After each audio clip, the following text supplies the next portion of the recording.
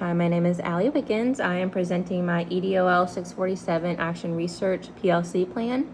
The problem I decided to focus on for this project is family involvement and engagement. I chose this issue because this is something I've noticed for years. I do not feel like our families are invested in their students' education for the most part. Even getting them to read AR at home is like pulling teeth. Not every family, but the families who are very much invested at home, they're a rarity, they're gems. So my goal is to expand that and have more families invested. With that being said, this makes me think, I try to think of families as our students. So we don't expect students when they come to the classroom to automatically know what to do and understand procedures and routines. We don't just automatically expect them to know how to tackle standards or how our routines go every single day. We have to teach them and make them feel comfortable and safe and give them those tools and resources in order to be successful.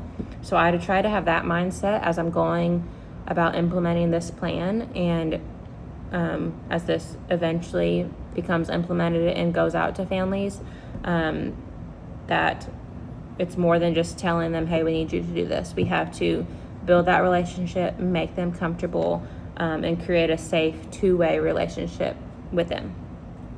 I included this quote to start it off: when schools, families, and communities work together to support learning, children tend to do better in school, stay in school longer, and like school more. Because even though this involves a lot of family talk, really the end goal is so that students are more empowered and are as successful as they can be.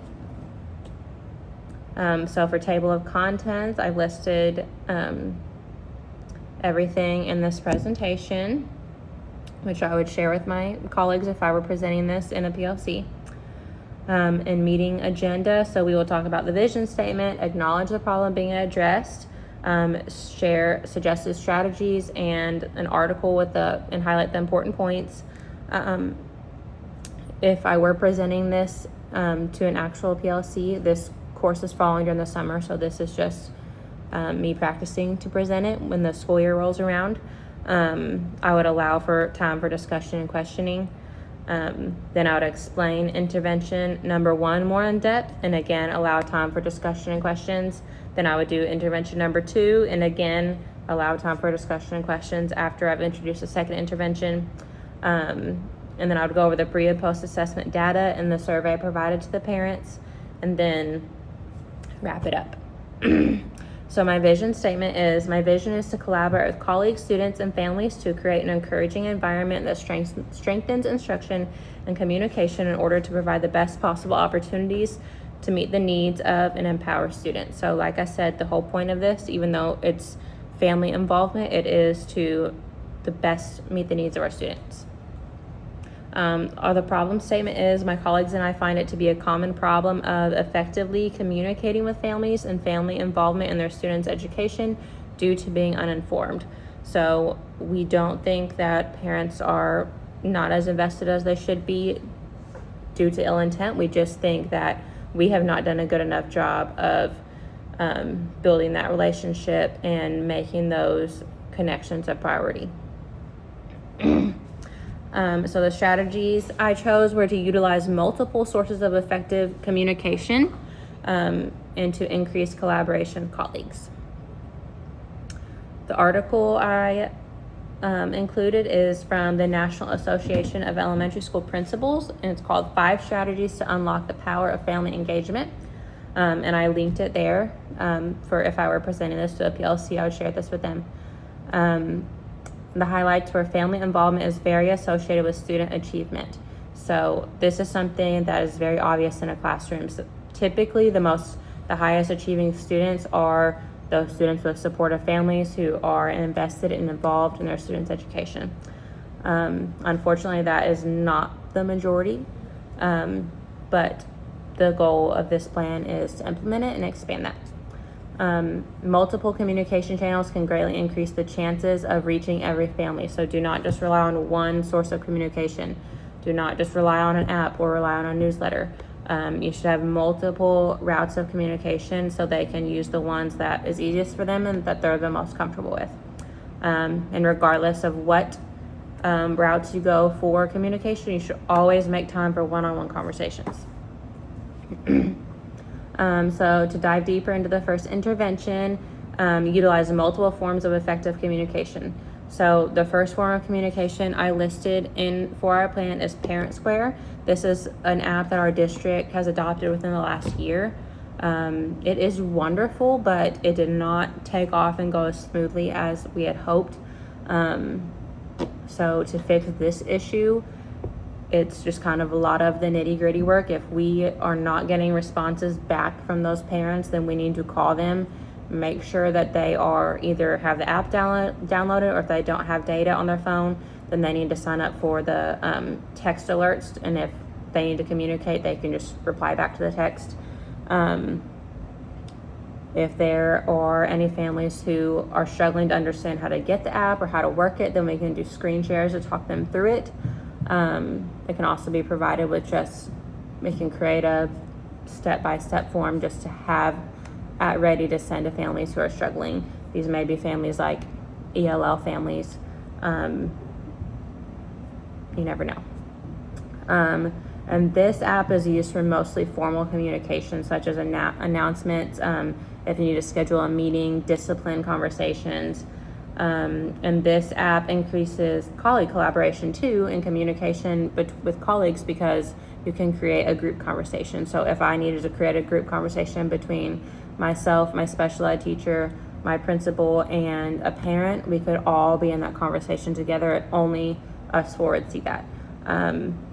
So it kind of creates that unity between colleagues as well.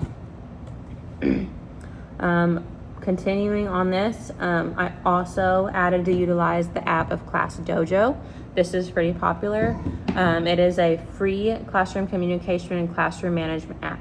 The purpose of this is designed to build stronger school-to-home connections. And it creates a positive classroom culture. It's super easy to use. The kids love it, the parents love it, teachers love it.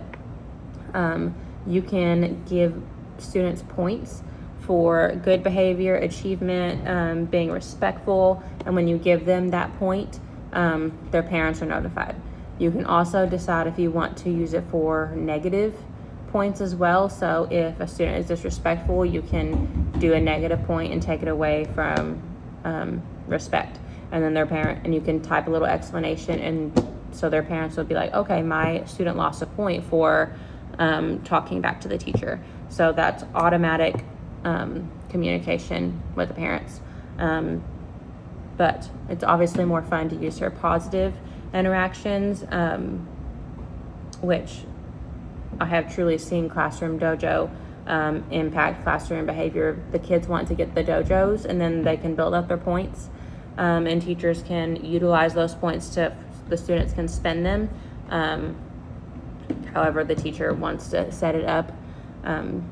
I do things such as like spending them to sit in the teacher's chair, spending them to get candy, eat in the room for lunch, things like that. It also has a classroom page. So this could be a space where if we are doing a fun activity in class, I can take pictures and put it on the classroom page. So parents are seeing the types of activities that we are doing together. You can also share videos on there. And ideas for this would be to utilize those videos. I could take a video of myself doing a read aloud and model to parents what higher level discussion and making text connections and asking questions. I could model that as I am reading and post it on the Class Dojo page. So for one, it's just a fun video that kids could listen to the story, take an AR test, do that at home.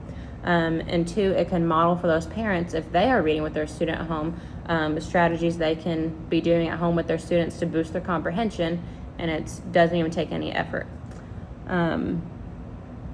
Also, to meet the needs of teacher collaboration, there can be multiple teachers assigned to one class. So even my kids go to specials, and three of them showed high achievement. That teacher can give those 3 students automatic feedback, automatic points, and it doesn't have to come through me. So things don't get lost in translation. If they have to say, hey, Miss Sally, they got 3 dojo points, I go back to my room and I forgot to enter them.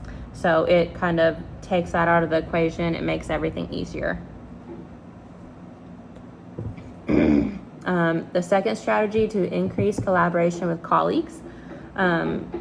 So the plans for this would be to schedule weekly session where the sole focus is communicating with one another and families. It can be before, during, after school. It can be during a planning period.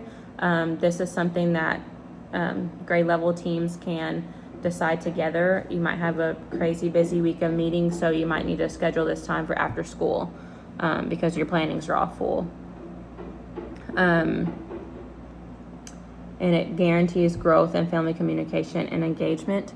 And it also creates time for you to communicate with your colleagues. And then also we'll also create a shared Google Doc for grade level homeroom teachers, special teachers, and administrators that includes every student's name in that grade. The purpose of this is because we want to increase positive parent communication, because you always want to have way more positive communication than negative. If the only time a parent is hearing about their student is negatively, then that is going to hinder your relationship with that family. So this is something where we can work together to hold ourselves accountable, to see who has been contacted that month and who has not. So we will restart it every single month. That way, by the end of the month, you want to have a positive communication with every single student in your grade. But adding administration, special teachers, or grade level teachers, if I teach reading, if my student does a great job in math and my co-teacher sends that parent a message, then they can go on the Google Doc, highlight that kid's name. That way we're not double doing all these students, and we can kind of utilize our time to, okay, Jimmy already got contacted this month, so I'm going to use this time to contact Chloe's parents. So this is just a way to keep track of this, and it ensures each family, like I said, is getting at least one positive every single month. And this further builds that safe two-way relationship between home and school. And this is also a way to collect data and share data. It provides an efficient route for tracking family communication to avoid one student getting tons of contacts, like I said, and then other students getting absolutely none and falling through the cracks. It gets rid of assumption overall. We know who has been contacted and who is not, or who is getting. We can also keep notes on there who is getting contacted negatively a lot, and see what we can look at that data and see what we can do to fix that. The pre-assessment data. So I chose 10 parents. I sent a very simple basic survey to them and just basically asked them, how satisfied are you with family communication and involvement?